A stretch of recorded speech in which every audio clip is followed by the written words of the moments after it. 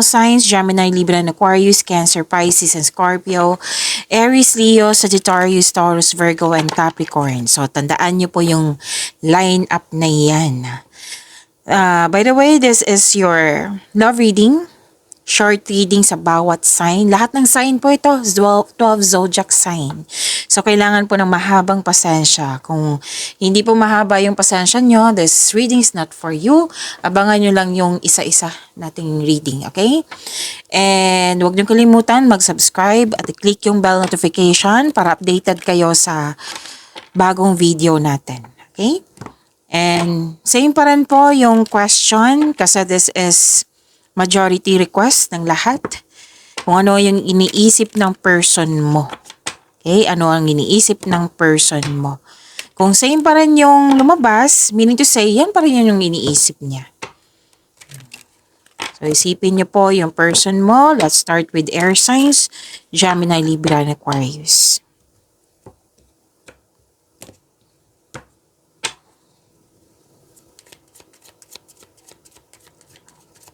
Ano po ang iniisip? Spirit's guide, ano po yung iniisip ng person ni Gemini? I need 2 cards po.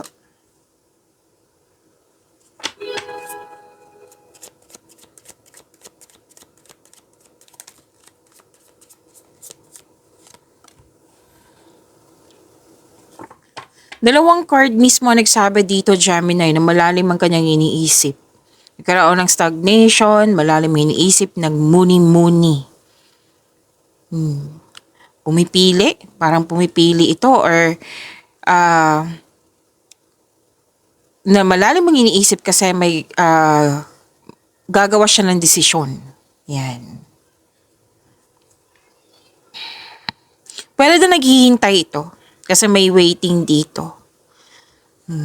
May ano din dito situation na naghihintay or naghihintay, pwede. Pwede din na nagbabalanse kung kailangan ba mag-sacrifice. Yan. Pwedeng may alok sa kanya na pinag-isipan niya ng mabuti, kailangan may piliin. Natagalan siya sa paggawa ng desisyon or pagpili kasi naging guarded siya, naging wiser siya.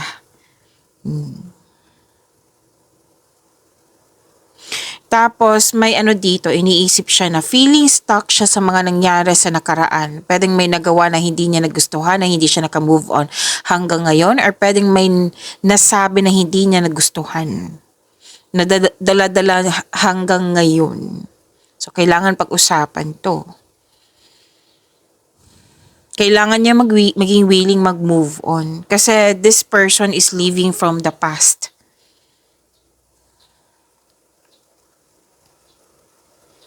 Kung pansin mo, tahimik siya, malalim ang iniisip niyan. Baka may kailangan niyang ng kausap, mag-usap kayo. Pero syempre may tao talaga na kailangan muna ng space para makapag-isip, makapagpahinga. Para sa pagbalik niya, pwede na niyang pag-usapan. Pwede niyo nang pag-usapan.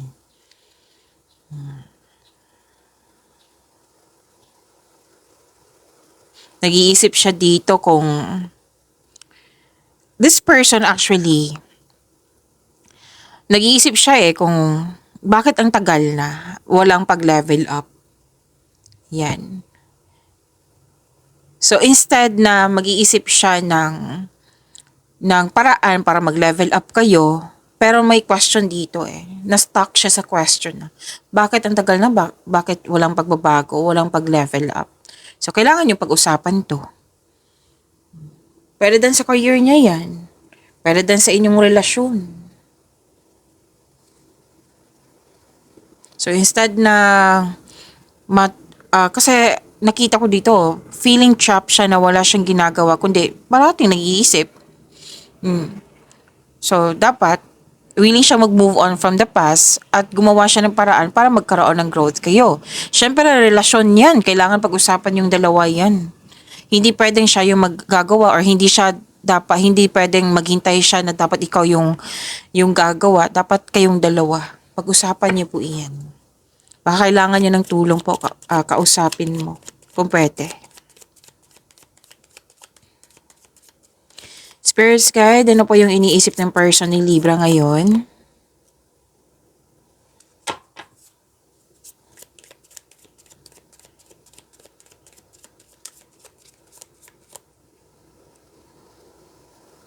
Iniisip niyo tagumpay kayo sa inyong relasyon. Actually, itong taong ito, pwedeng sanay siya na masunod yung gusto niya, ideas, plano, desisyon. Pwedeng sanay siya or naging stricto tong taong ito. Pero tagumpay ha, ang sabi, confident siya, stability, ang inyong relasyon. At,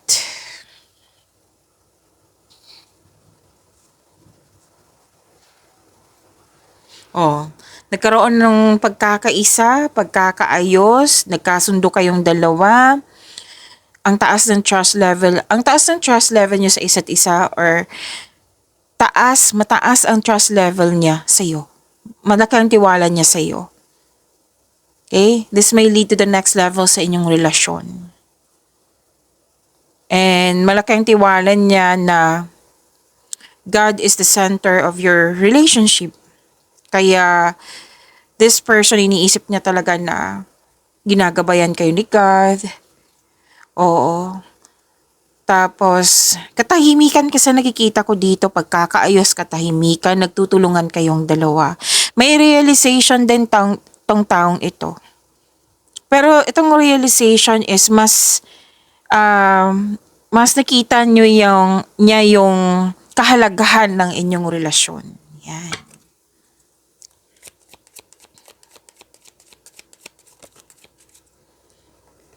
Para po ito sa inyo, Aquarius. Ano ang iniisip ng person mo? Overthinking. Tumatalon eh. Actually, lumabas din dito. Kunin ko na ha, kasi gusto niyang lumabas.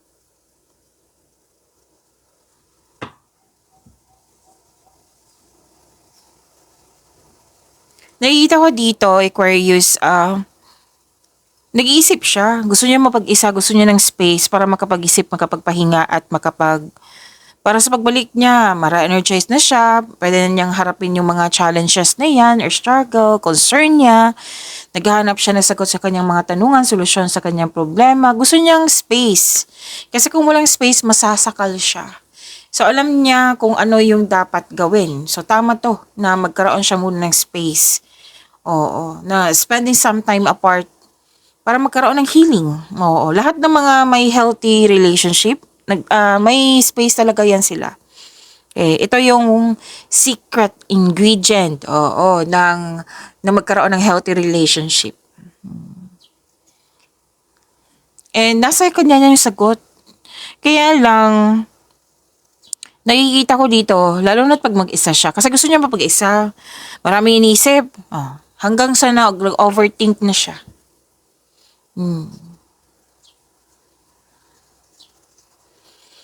Hanggang sa nag-overthink na ang person mo.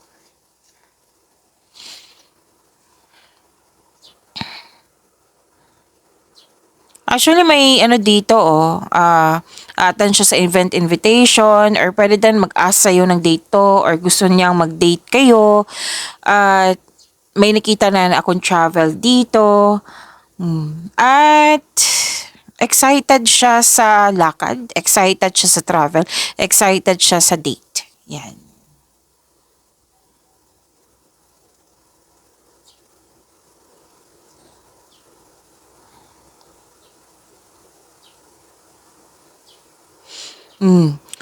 Di ba sabi ko sa inyo kanina na overthinking, overanalyzing.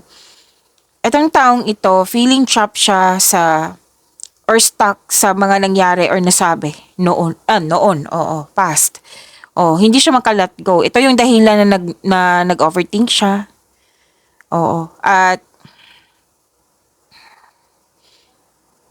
nasasaktan pa rin. Yan. Sa mga nangyari sa nakaraan at feeling stuck siya. Pwedeng sa bagay, sitwasyon, sa mga nangyari nga or sa mga nasabi. At yun po, feeling stuck. Next is kay water signs, Cancer, Pisces, and Scorpio. Shuffle ko lang.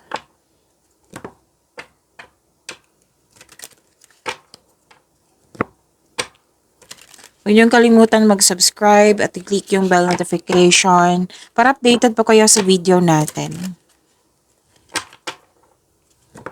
Kung same pa rin yung message, yan pa rin yung iniisip niya. Para po kay water signs, Cancer, Pisces, and Scorpio.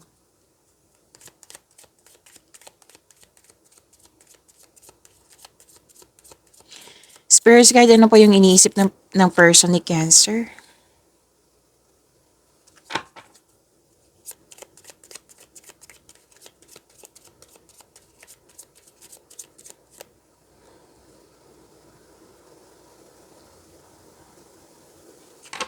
Okay, takpan ko lang tong ano, kasi hindi pwedeng may nakahubad kasi. Don't worry, anong tawag dito? I-reading ko din yan. Okay, Cancer. May nakita ko ditong conflict argument. Dalawang card po mismo nagsabi nito. May nakita nga ako ditong nagkaroon ng argument tapos ang isa gustong manalo sa lahat. Kaya hindi nag-usap or nagkaroon ng argument. Oh, pwede din itong mangyari sa pwedeng sa kaibigan niya to or pwedeng sa inyong relasyon to. Basta yan yung iniisip niya.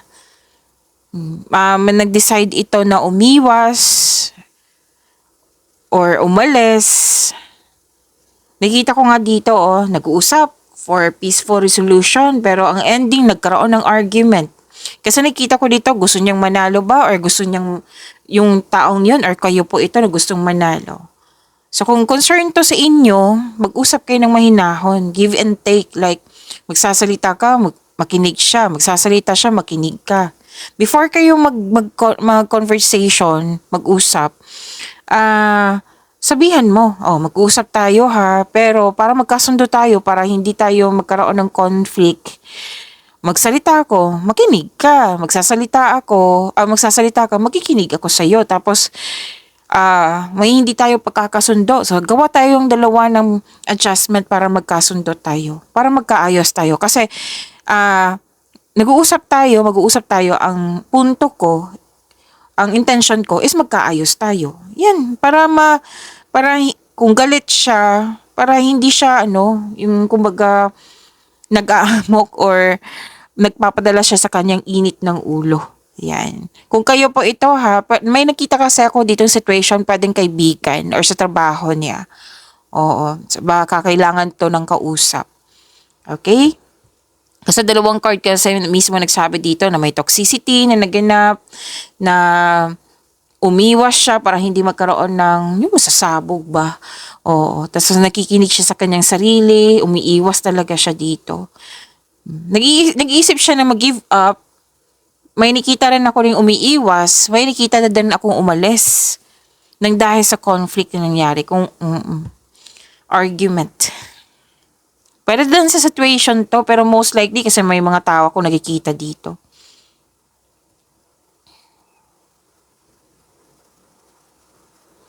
And Cancer, nakikita ko dito na may controlling person, toxic nga, or pwede din na anong tawag dito? May nakita kasi ako ditong nagtitiis sa toxicity. Kung walang toxicity, pwede din na may ginagawa siya na alam niyang hindi nakakabuti sa kanya, pero pinagpatuloy niya pa rin. So, ang advice ng card sa kanya na kailangan niya ng freedom, kailangan ng recovery. Like for example, sobra siya sa trabaho. Or kayo, Cancer, masipag kayo. So, parati kong nakikita yung overspending niyo sa work. Baka yan yung concern niya. Kasi may nakita ko ditong sobra na. Sobra na kailangan magkaroon ng balanse, kailangan ng freedom, kailangan magkaroon ng recovery.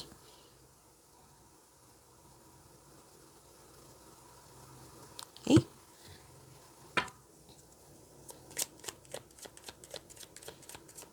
Spirit's guide, ano po yung iniisip ng person ni Pisces? Talagang lumabas siya. Okay.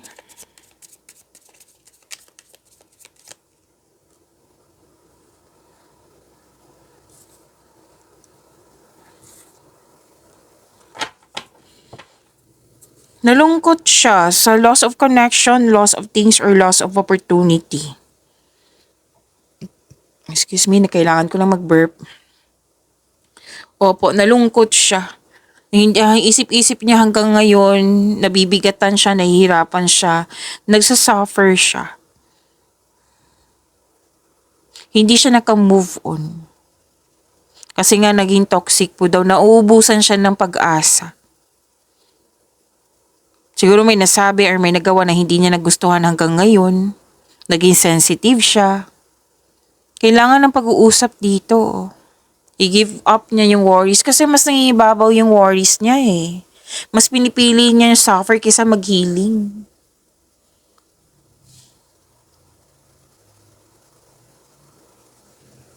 Nakikita ko rin dito, Pisces, na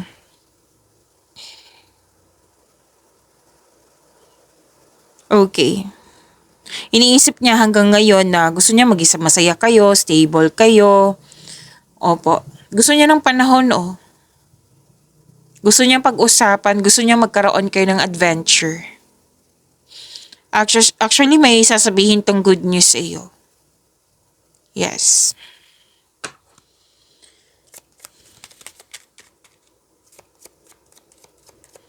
Spirits guide, ano po yung iniisip ng person ni Scorpio?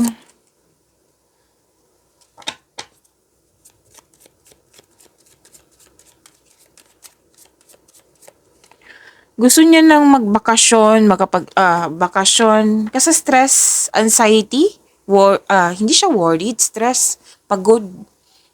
May nakita kong anxiety pero most likely ito pagod, stress, yan. After niya stress, anxiety na yan kung hindi makokontrol. Pero itong taong ito, pwedeng magbakasyon nito. Tapos pahinga muna, tapos balik na naman trabaho. Gusto ng space. Gusto niya ng space makapag-isip, para makapagpahinga, para magpagaling. Yan. Yan ang sabi dito. At space is a sign of respect ha. Sa sarili, sa inyong relasyon, sa inyong dalawa. Lahat ng may healthy relationship, may space talaga yan para hindi mangyari yung sakal. Oh.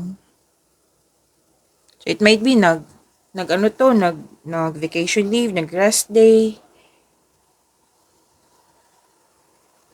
pagod at stress. Pwede din hindi kayo nagkaroon ng pagkakaunawaan. Napagod siya. Pero hindi naman to susuko. Lahat naman tayo mapapagod eh. So, kailangan ng space kasi yan yung rest. Tama naman to. Okay? So, kailangan niya maging kalma, mind reflect, mind and, kumbaga, ikakalma niya yung mind niya and mag-reflect. Yan, tinama ko ha.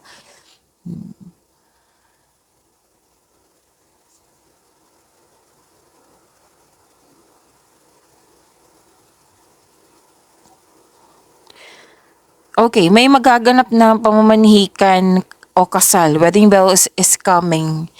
Iniisip niya to or may magaganap nga sa inyo or pwede din no, kung kailan to napanood, kasal nyo na. Pamamanhikan o kasal. Or pwede din may ano dito tradisyon ng mga Pinoy masusunod. Yes. Tapos itong pahingayan na ito na nakikita ko, pagbalik niya, magkakaroon siya ng yung very inspired na siya. Mas piliin niya yung inner peace, maging mabait, sa sarili, sa kapwa niya. Yan. So, next is Sky, Fire Signs, Aries, Leo, Sagittarius. Shuffle ko lang po.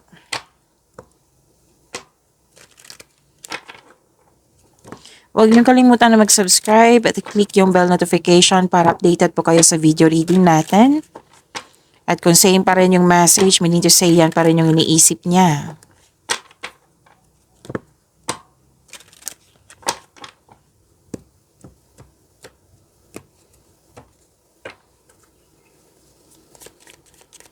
Spirit guide, ano po yung iniisip ng person ni Aries ngayon?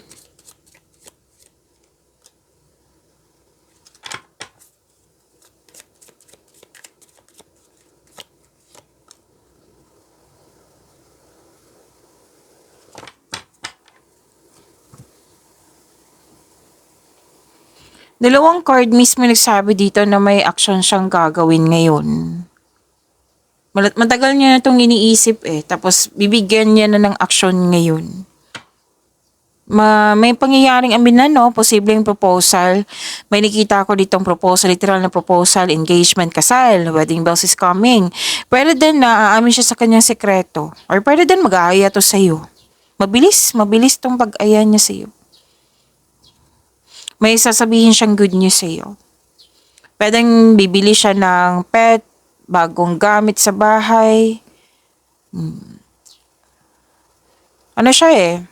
Action talaga to kasi inspired siya. And this person is embarking on a healing journey.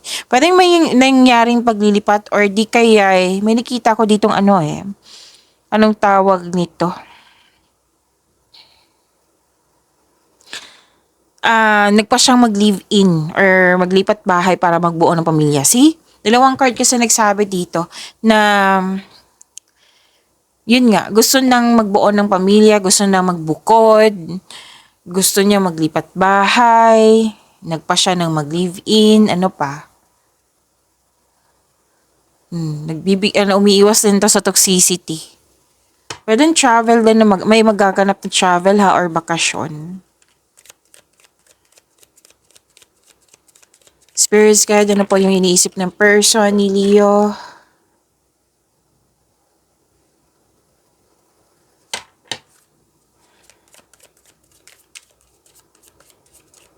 Takpan ko lang kasi nakahupad. Hindi siya pwede dito. Don't worry. I-reading natin yan.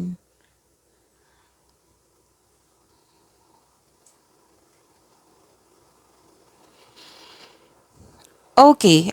Nakikita ko dito na tatanggapin niya yung pagkakamali mo, tatanggapin din niya yung pagkakamali niya. Para mag-let go na, i-let go na yung past at magkaroon ng transformation, pagkakaayos.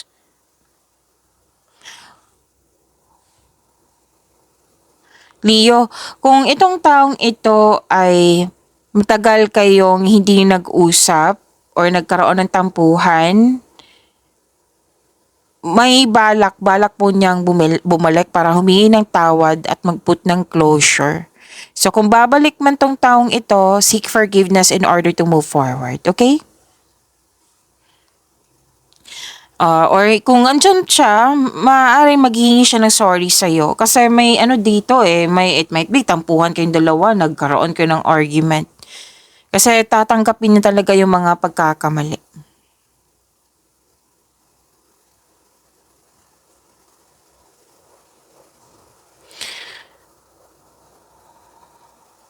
May plano kayong magbakasyon or bumili ng regalo that pampers you both. Okay? Spirits guide, ano po yung iniisip ng person ni Sagittarius?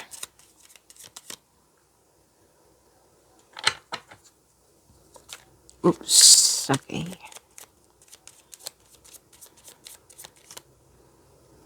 Sagittarius.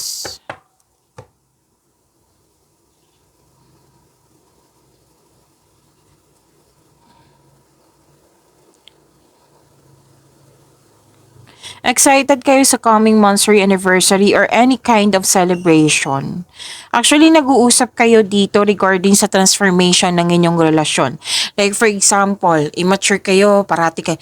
Yung small things lang, nag-aaway na kayo. Ngayon, ilang years na, nagkaroon na ng adjustment, hindi na, yung minsan na lang kayo mag-away.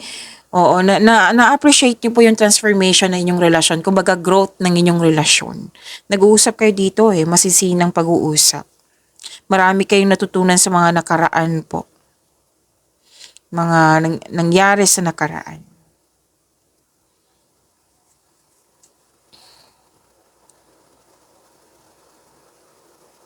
Actually, this person, dalawang card po nagsabi dito, nag-iisip siya ng about growth. Gusto niya mag-level up. Gusto niya may mangyayari na pag-level up sa inyong relasyon. Yan yung iniisip niya. Next is kay Taurus, Virgo and Capricorn, kay Earth signs. Shuffle ko lang ha.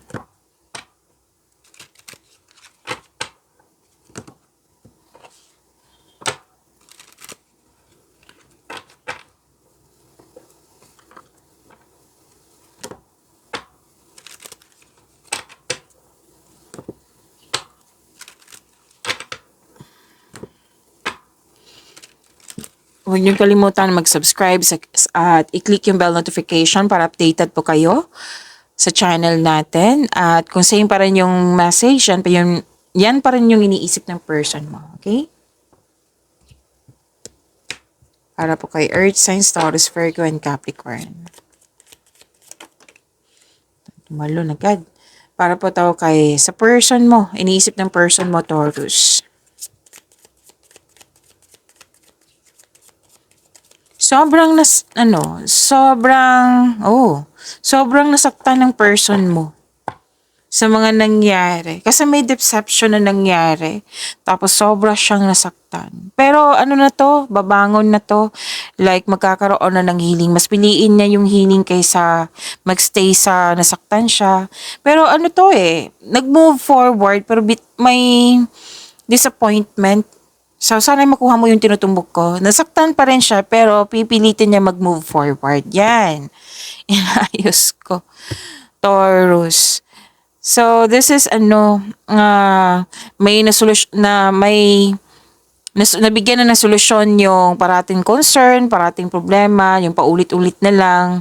Pwede din na may tampuhan or separation. Oo. At basta may paulit-ulit na cycle na natapos na. Yan po. Kasi may nangyaring anong tawag dito? Deception. Okay? Na panlilin lang. May natuklasan siyang, may naglihim, may nagsinungaling. Oo, tapos mag-uusap kayo at magkakaayos kayo.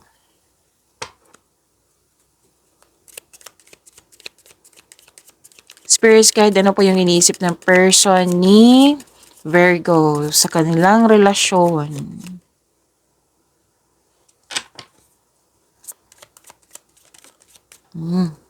Takman natin kasi nakaubad po.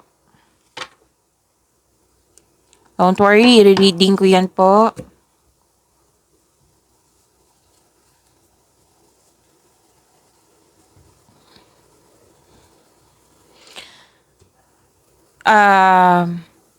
Naging practical to sa buhay romansa. At more on mas lumawak yung ambisyon niya sa buhay, sa inyong relasyon. At nagkaroon ng stability. And this person want more. Gusto niya ng growth. Okay? Hindi siya satisfied. Pwedeng ugali na ng taong ito na yung I want more. Kasi stable na So, kaya namin mag-level up pa. Yan.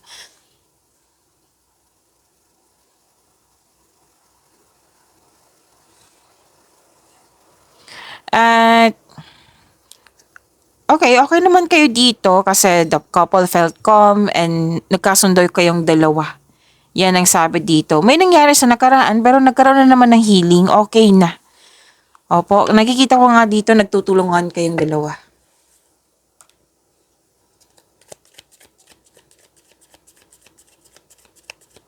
Spirit guide, ano po yung iniisip ng person ni Capricorn?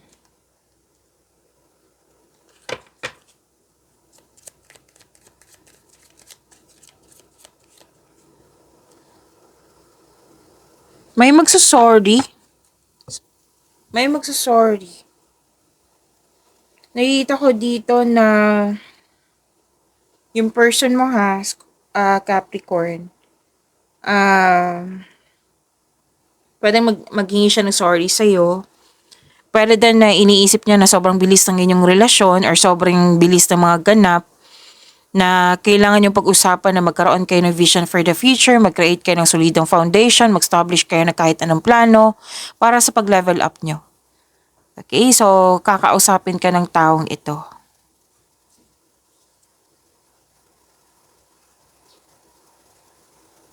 Okay, may ano siya dito eh. May iniisip siya dito na kailangan balansehin ang work. Pwede ikaw to na sobrang sa trabaho or siya ang yung sobra sa trabaho. Oo, pwede ito yung main concern na hindi kayo nagkaroon ng pagkakaunawaan or tampuhan. So nakikita ko dito sa dalawang card na ito na kakausapin ka niya. Na magiging totoo siya sa kanyang sarili. Kakausapin ka niya. Pero itong ano to, pag-uusap nito, ang anong tawag niya, intention niya is magkaayos kayo. Yan po. See you tomorrow. Maraming salamat.